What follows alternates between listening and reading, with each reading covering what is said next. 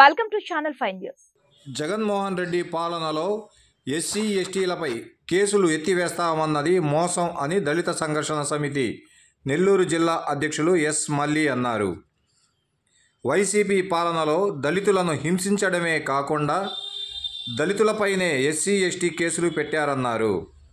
రాష్ట్ర వ్యాప్తంగా 1226 కేసులు ఎస్సీ ఎస్టీల మీద ఉన్నాయని, ఐపీసీ 307 సెక్షన్ కింద కేసులు పెట్టించారన్నారు. అవి కూడా సాక్ష్యాలు లేనందున ఛార్జ్ షీట్లలోనే ఎత్తివేస్తే అవి మేము ఎత్తివేశామని చెప్పుకుంటున్నారని తెలిపారు. సార్, నా పేరు ఎస్ మల్లి. నేను దళిత సంఘర్షణ సమితి జిల్లా అధ్యక్షుని. మా గిరిజన నాయకులు, దళిత నాయకులు మేము ఈరోజు ఒక ఖండనిస్తున్నాము. రాష్ట్ర ప్రభుత్వము దళితులపై అనేక కేసులు పెట్టినారు.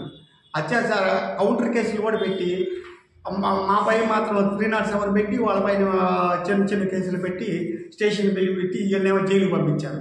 ఈరోజు ఏమంటే రాష్ట్ర ప్రభుత్వము ఎస్సీ ఎస్టీల మీద పెట్టేటువంటి కేసులు ఎత్తేస్తున్నాను అని చెప్పి 18 కేసులు ఎత్తేస్తున్నానని చెప్పి జగన్మోహన్ రెడ్డి గారు చెప్తున్నారు.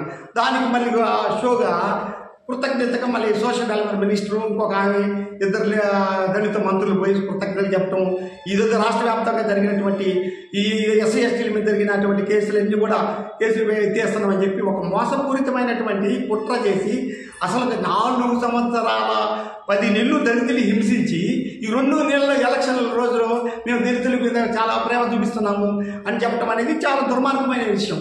ఎందుకంటే ప్రజాస్వామ్య విరుద్ధం వీళ్ళు చేసే పనులు ఏంటంటే చాలా ఘోరమైన పనులు. ఎన్ని కౌంటర్ కేసులు పెట్టారు. అసలు ఎస్సీ ఎస్టీ మీద ఎస్సీ ఎస్టీ కేసులు పెట్టి జైలు పంపించారు. వాళ్ళు క్రిస్టియన్ బీసీసీ కింద పెట్టి వాడి మళ్ళీ వాడి మీద 307 పెట్టి వాడి మీద ఎస్సీ ఎస్టీ కేసులు పెట్టి ఎన్ని కేసుల మీద పెట్టారు.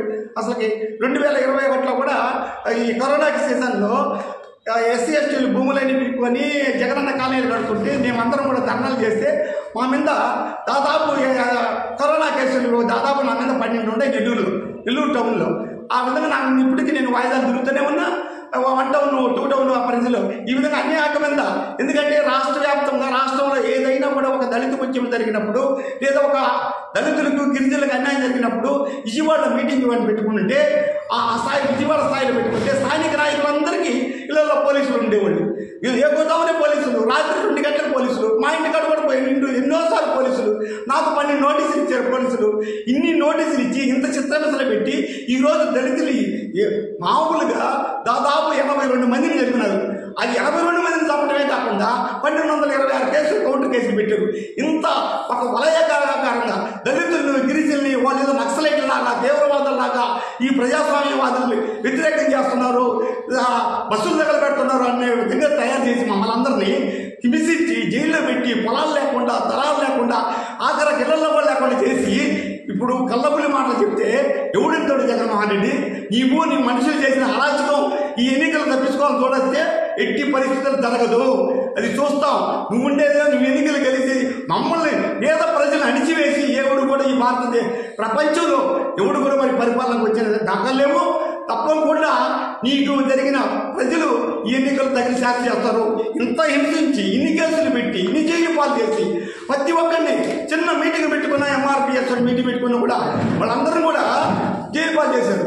ఈ విధంగా చేయడం అనేది చాలా దుర్మార్గం. అందుకనే మేము ఖండిస్తున్నాం. మీరు కేసులు ఎత్తేయటమే కాదు, కేసులు ఈ పనులు చేయడం అనేది చాలా అన్యాయం.